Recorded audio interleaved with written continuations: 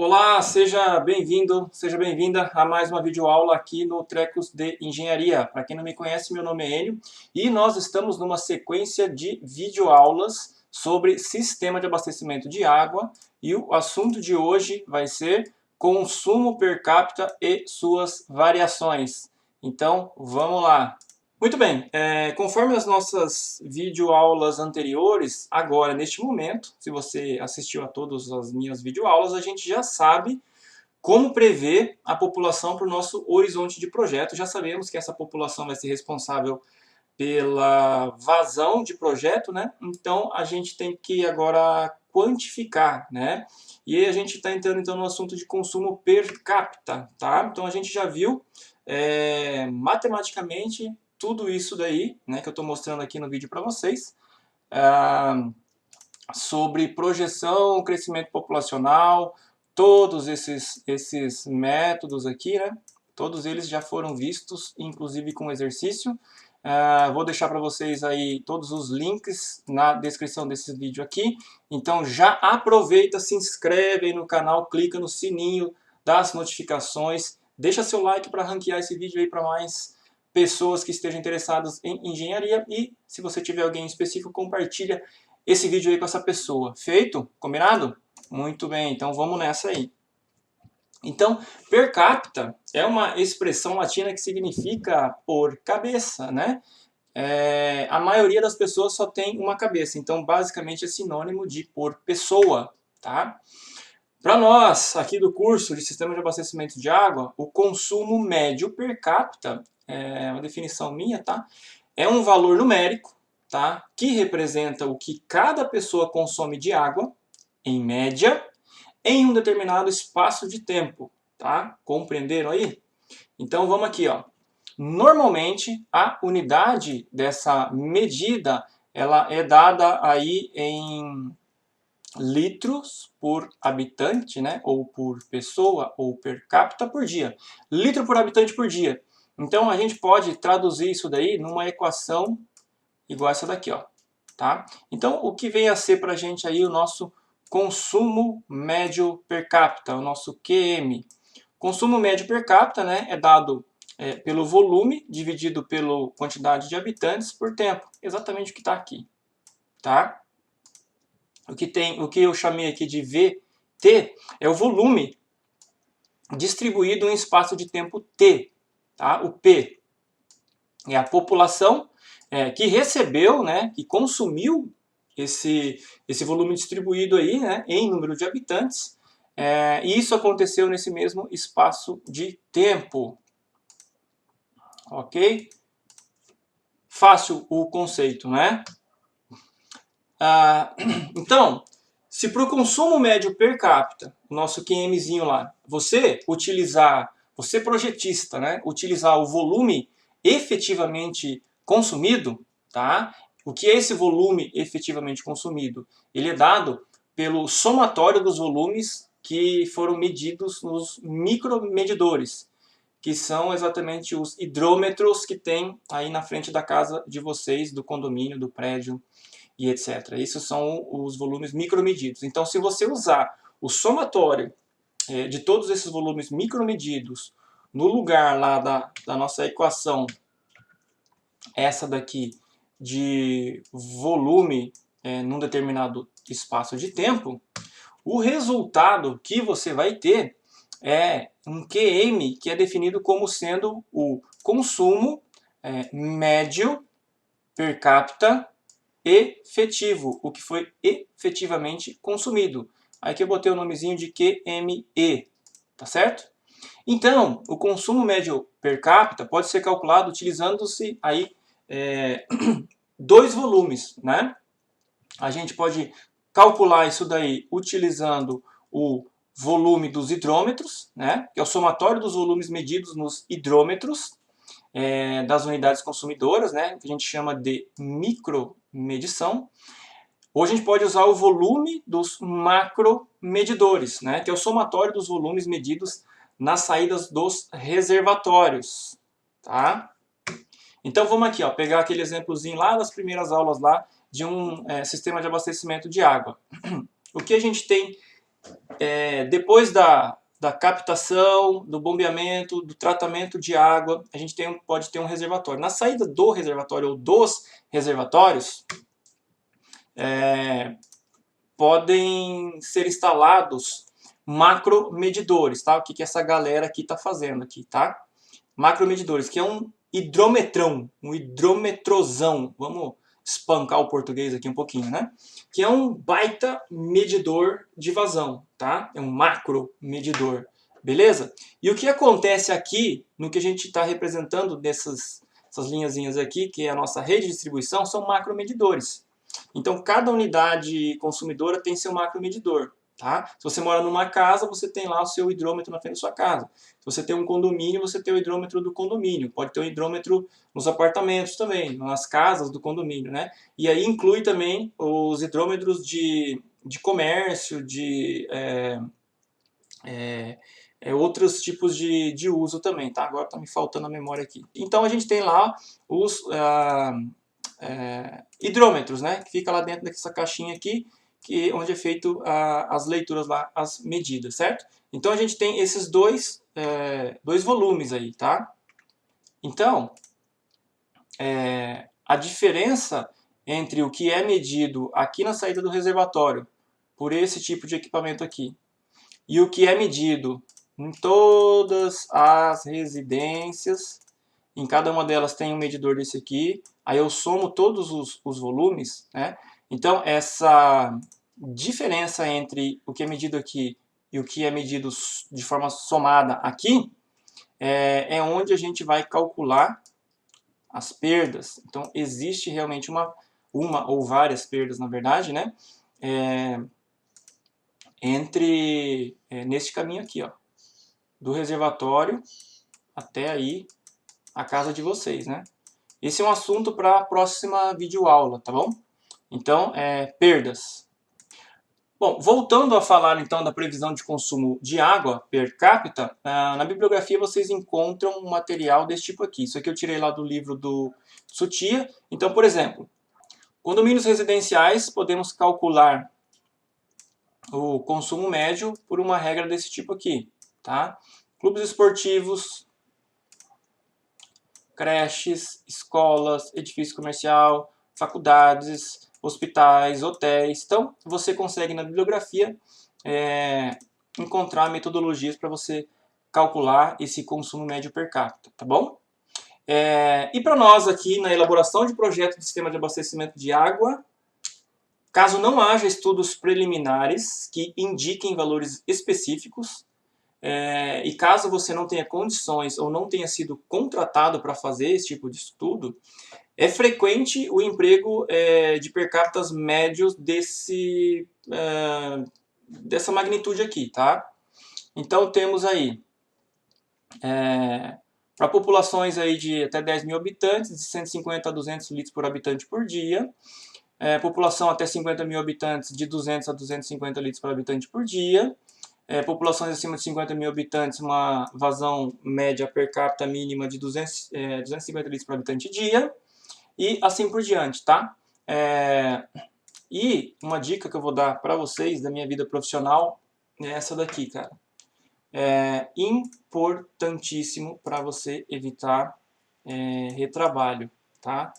Vamos ler juntos aqui, ó.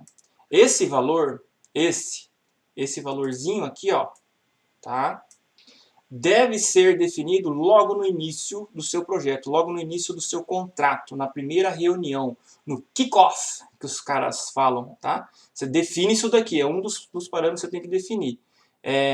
Sempre, tá? Com a ciência e anuência e sempre registrado em um documento, né, que o seu contratante está de acordo.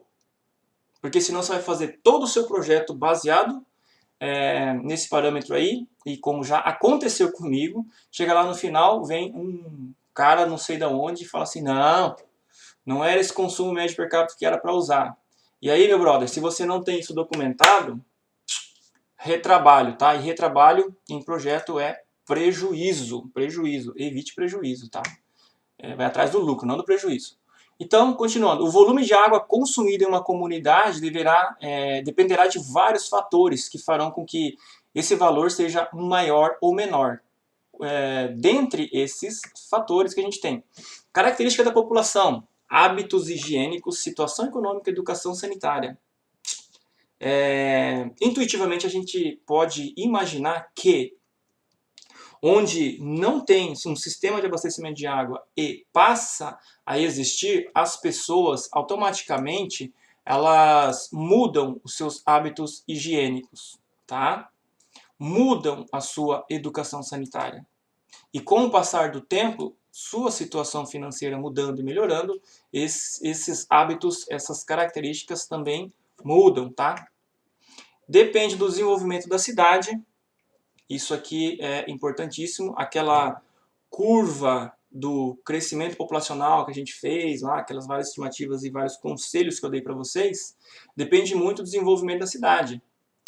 Se por algum motivo a cidade em algum momento futuro passa por uma industrialização, essas características elas mudam, né, com o passar do tempo. Outro fator, condição climática, né? Uma cidade no sul do Brasil tem hábitos de consumo diferentes de cidades, por exemplo, no nordeste do Brasil, tá? Característica, depende também da característica do sistema, né? Quantidade e qualidade da água, sistema de medição, pressão e etc. Tá certo?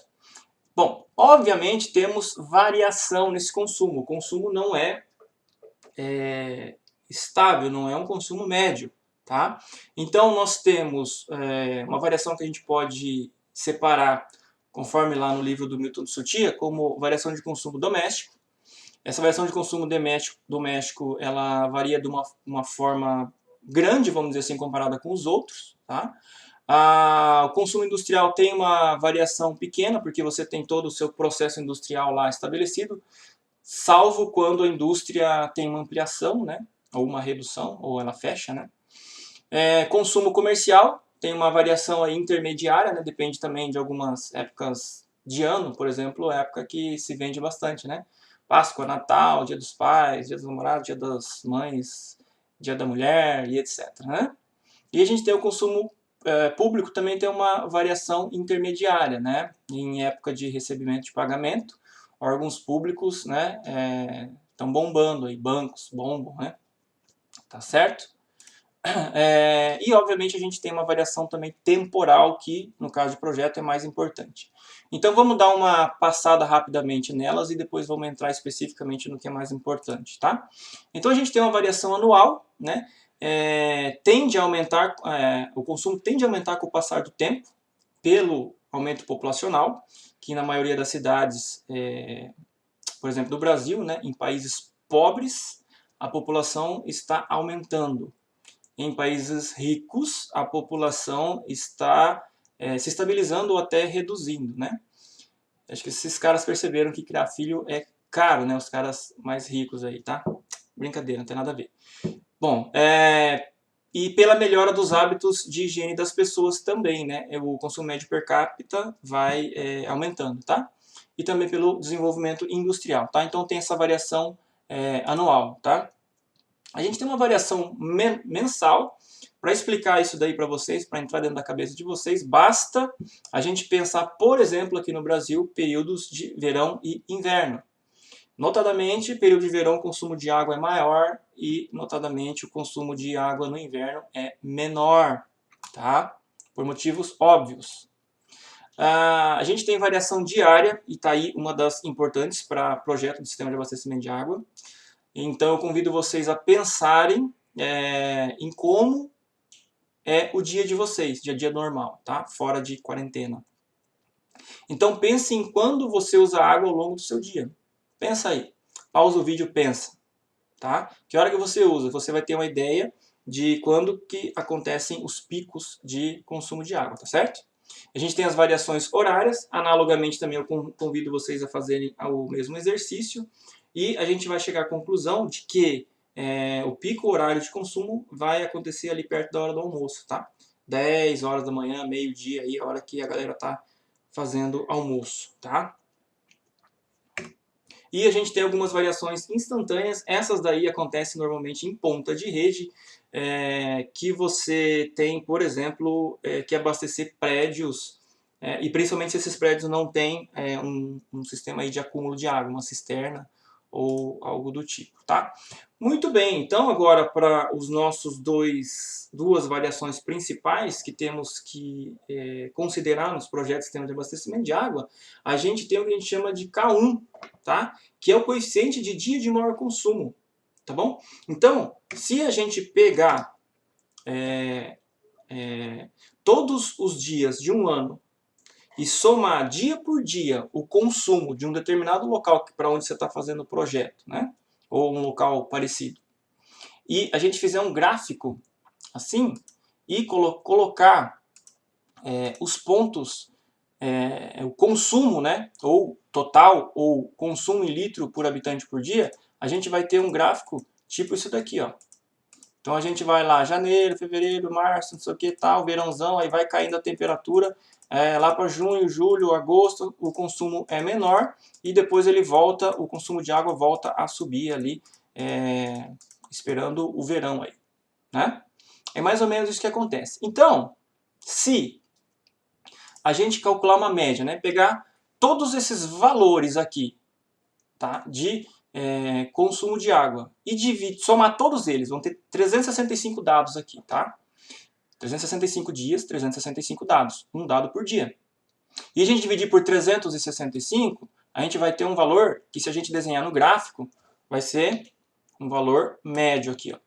Então no verão a gente consome mais do que a média e no inverno a gente consome menos do que a média, tá? E pra gente que vai fazer projeto, o que interessa? Pensa o seguinte, eu vou dimensionar, vou encontrar a dimensão de uma tubulação. O que é importante pra gente aí? Por exemplo, diâmetro. Vamos engrossar a palavra aqui, vamos destecnificar. Ó, estou inventando palavras. Sem usar palavras técnicas, a gente coloca um tubo com maior espaço, certo? Então, esse espaço, o diâmetro do tubo, ele não varia, né? A gente ainda não tem tecnologia que faça o diâmetro do tubo variar conforme a gente precise, por exemplo, passar essa vazão pelo tubo ou passar essa vazão para o tubo, certo? Então, vejam, se eu dimensionar a minha rede para passar essa vazão aqui, beleza, eu vou ter tubos com um diâmetrozinho lá pequeno, certo? Vou economizar. Mas, quando chegar o verãozão e eu tiver que passar essa vazão aqui, amigão, essa vazão aqui, desse valor aqui, tá? Essa vazão aqui de cima não passa aqui embaixo. Porque esse tubinho que eu coloquei aqui não aguenta esse valor de vazão aqui. Para passar esse valor de vazão aqui, eu ia precisar de um tubo maiorzão, tá certo? Então, como eu não tenho tecnologia que faça eu variar um tubo de diâmetro pequeno para um tubo de diâmetro grande, um tubo de diâmetro grande para um tubo de diâmetro pequeno, eu vou colocar um diâmetro só. Então, qual que eu vou escolher? Precisa ser inteligente? Não, né? Eu vou escolher um tubinho assim ou vou escolher um tubão assim? Um tubão assim. E ele vai ser dimensionado vamos limpar essa bagaceira aqui. O tubão vai ser dimensionado para esta vazão aqui de cima, tá? E a gente viu que a gente calcula a vazão média. Então, eu tenho que passar a vazão média para a vazão máxima. E aí a gente dá uma engenheirada na coisa e coloca o conceito de coeficiente de dia de maior consumo. Vou tirar essa parada daqui. Coeficiente de dia de maior consumo, que a gente dá o nome de K1. Feito? E o que é o K1 então? O K1 é a relação entre este valor aqui, tá? E este valor aqui da média. Se eu divido um pelo outro, eu tenho K1, tá? Então K1 é o maior consumo diário do ano, este valorzinho aqui em cima, dividido pelo consumo médio diário do ano, que está aqui calculado na média. Esse é o valor de K1. Compreendido? Não é difícil, né?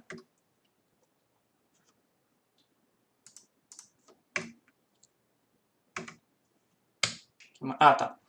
Para você calcular isso daqui, você exclui os dados em que ocorreram falhas no sistema, para você ter uma curva aqui o mais confiável possível, que represente realmente o consumo da população, tá? Se você conseguir, o recomendável é que você utilize 5 anos de dados consecutivos, tá? E para calcular essa média aqui, tá bom? Para você fazer esse gráfico aqui.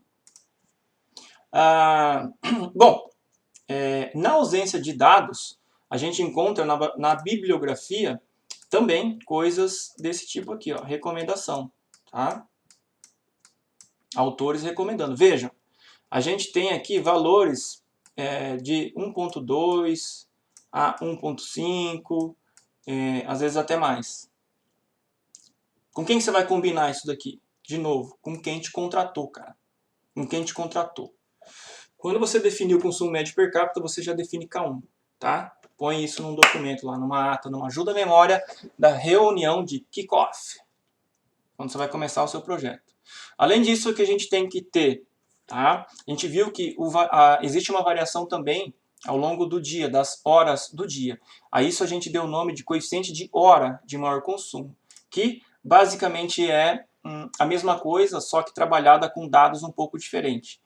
Então, você pode pegar lá aquele dia de maior consumo, entrar dentro dele e fazer como se fosse um zoom dessas 24 horas.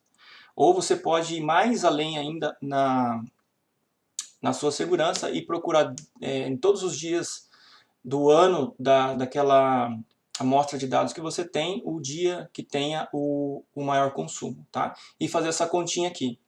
Então, você vai pegar a maior vazão. Aqui, em vez de ser os 365 dias do ano, são as 24 horas desse dia escolhido, tá? Então, você vai pegar a maior vazão horária do dia, né? Este valorzinho aqui, este pico aqui, que está representado aqui, saiu até do gráfico, tá? Este valor aí, máxima vazão, tá?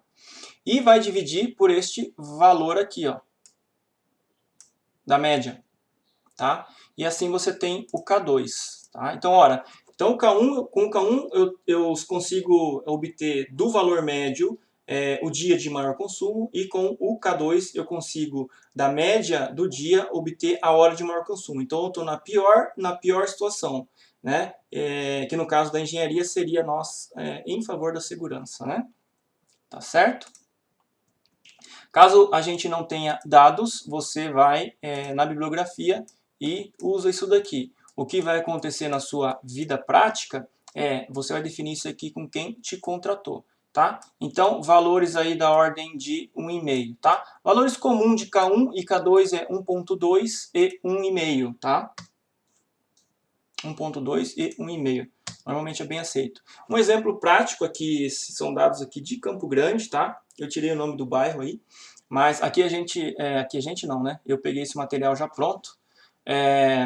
O valor de K2 adimensionalizado. O que é o adimensionalizado no caso?